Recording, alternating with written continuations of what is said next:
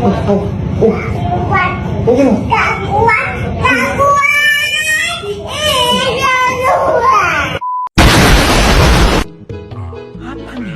А что, мне не доверяете, когда есть шоколад? Я тоже, может, хочу шоколад, блин. Задумала, блин. Мне нужен шоколад. Мне нужен шоколад. Я тоже хочу шоколад.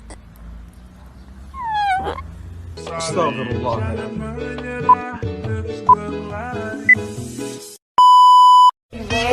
Just a feeling that I want me behind because it's something that is so just in my mind. I guess it goes like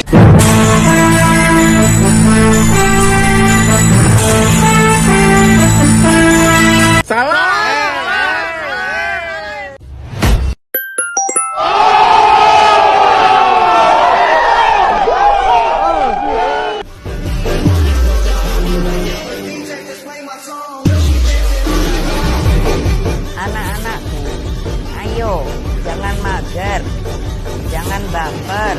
Memang Mbak tuh nggak bingung. Semua manusia di muka bumi ini bingung, Mbak. Nanti nggak bingung kalau udah di surga.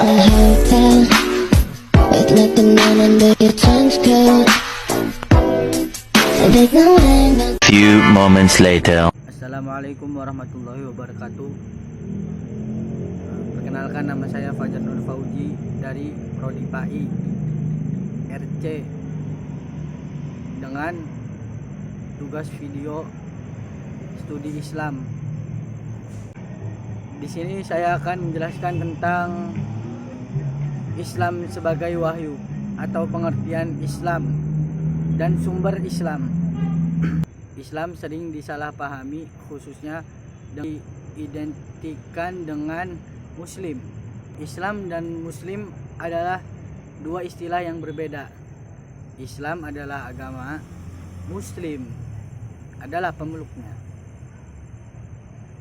Islam sering diidentikan dengan perilaku kaum Muslim atau umat Islam, padahal sebagaimana perilaku penganut agama lainnya. Perilaku seseorang Muslim belum tentu mencerminkan ajaran atau syariat Islam.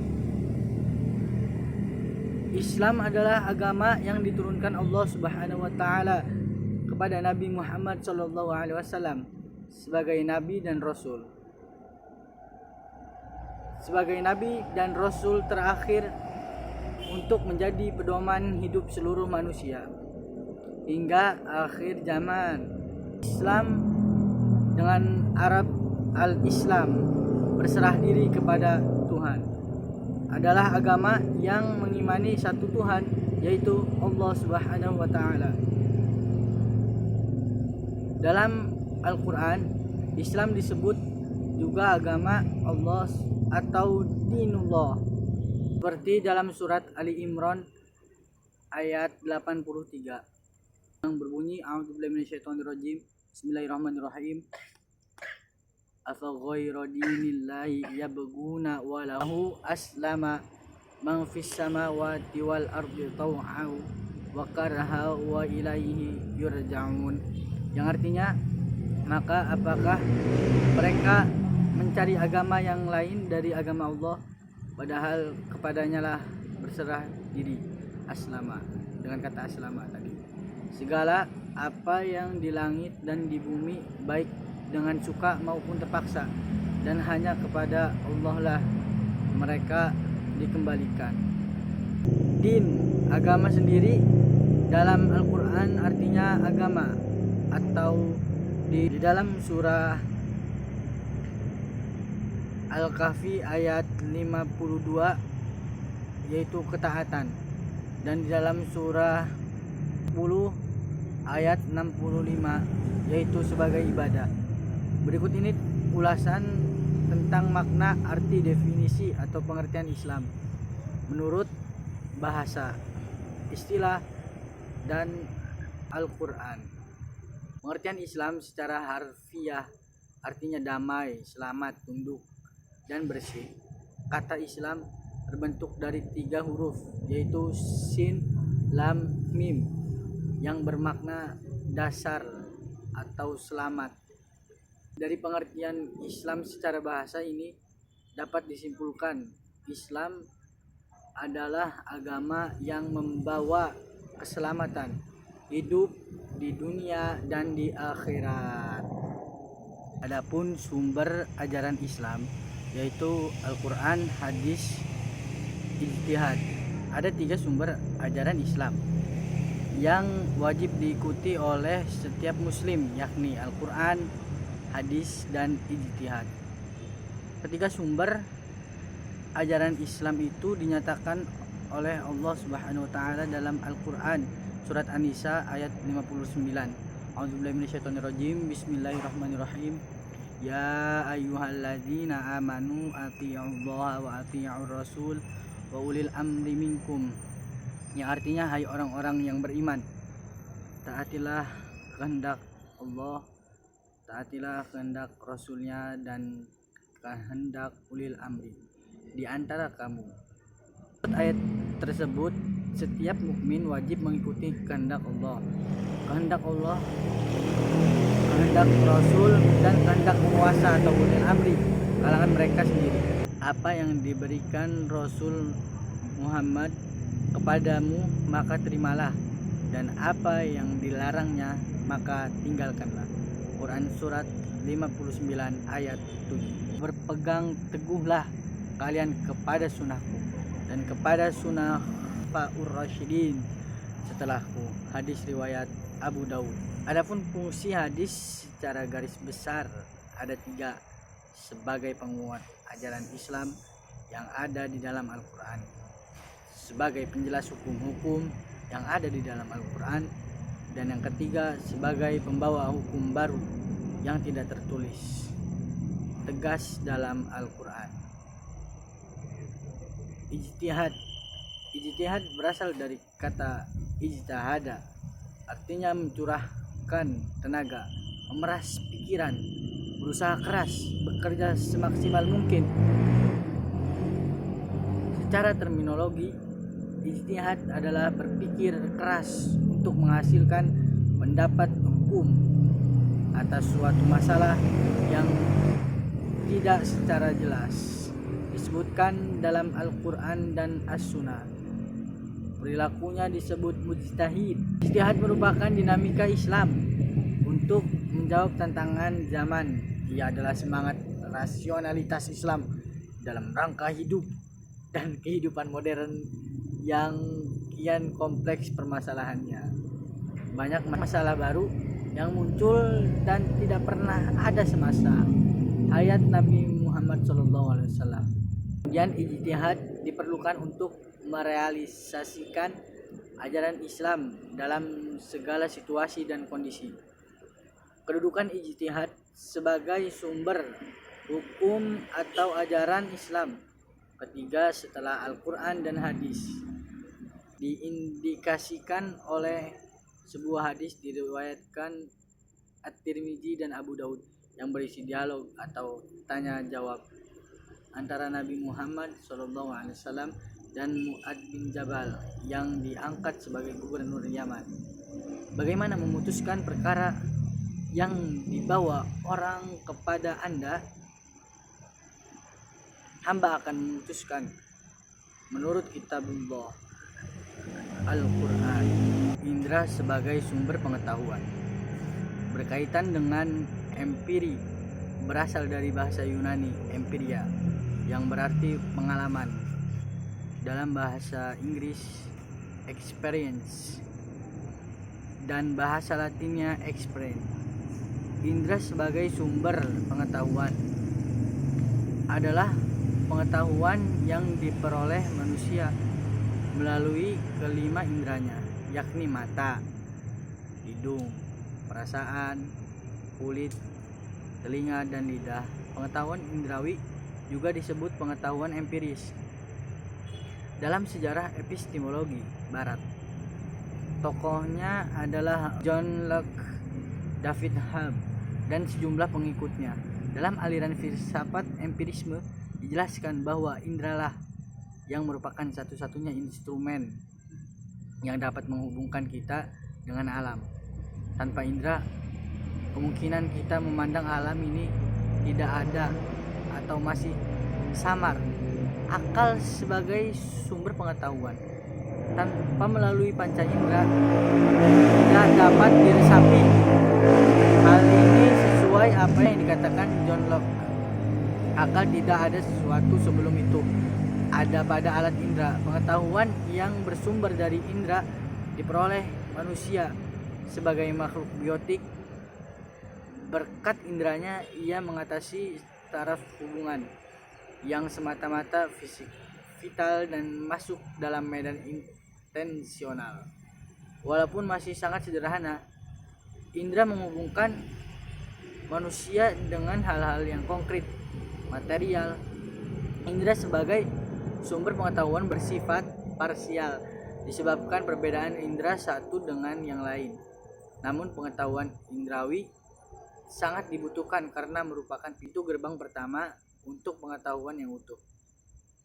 Selanjutnya, untuk mengetahui jenis-jenis pengetahuan indera, dapat menjelaskan jenis-jenis indera yang memiliki manusia.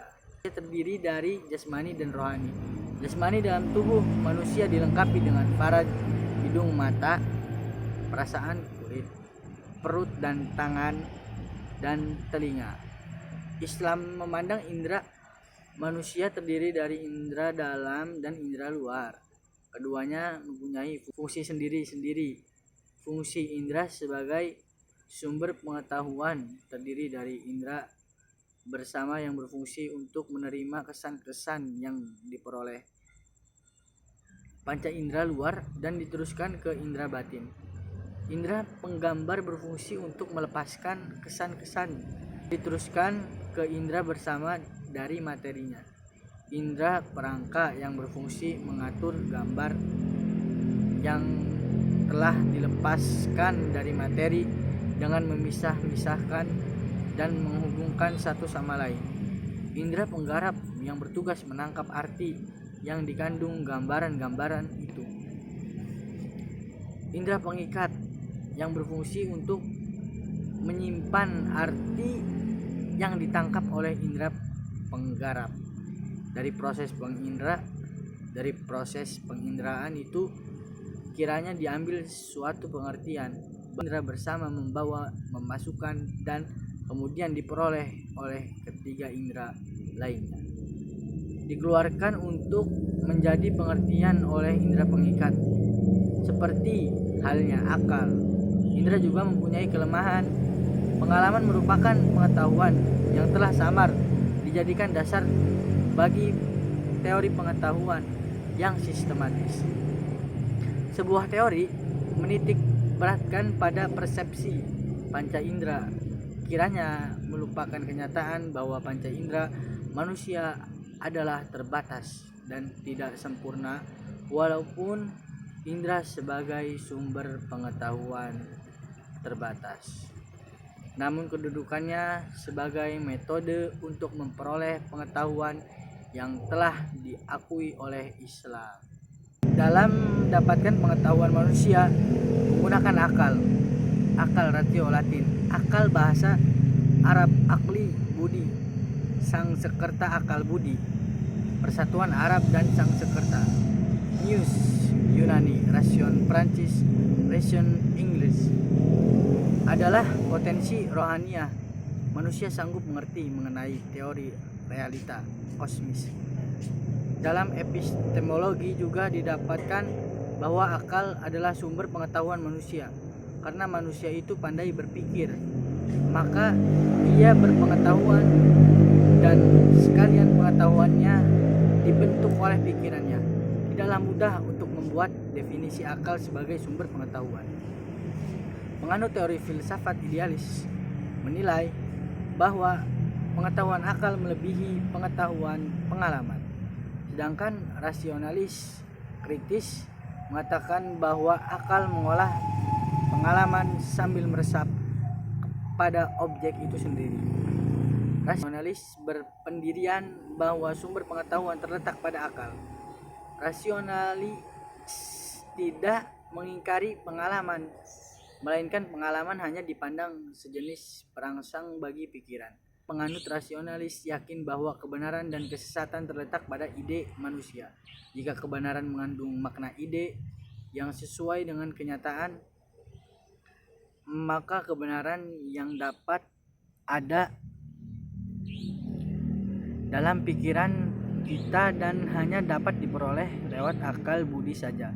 Sebagaimana seorang tokoh filsafat Leibniz mengatakan bahwa pengetahuan indrawi pada hakikatnya tak lain adalah pengetahuan budi, tetapi masih setengah tidur. Rupanya manusia masih menerima kesan dari panca indera. Namun dalam proses penyadaran yang dilakukan secara filsafat, nampaklah segala pengetahuan sudah tercakup dalam kehidupan batin kita, yang semula nampak seolah-olah datang dari luar pengalaman empiris, pada hakikatnya dikembangkan oleh akal budi dengan menimba dari akar-akarnya sendiri. Akal sebagai sumber pengetahuan dengan indera saling berhubungan. Akal budi tidak dapat menyerap sesuatu dan panca indera tidak memikirkan sesuatu. Bila keduanya bergabung, maka timbullah pengetahuan menyerap. Sesuatu tanpa dibarengi akal budi adalah kebutaan, dan pikiran tanpa isi sama dengan kehampaan. Akal dan indera saling mengisi dalam memperoleh pengetahuan. Akal berperan sebagai pengolah apa yang telah diserap oleh indera.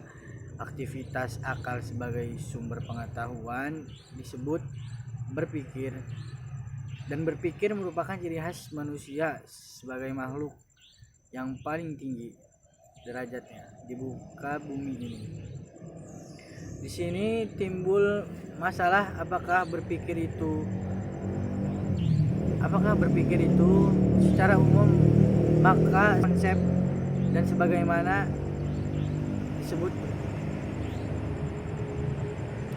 ide dan konsep yang dipikirkannya berkelana tanpa arah, namun ditunjukkan pada arah tertentu, yaitu pengetahuan. Baik, terima kasih, sekian, semoga bermanfaat.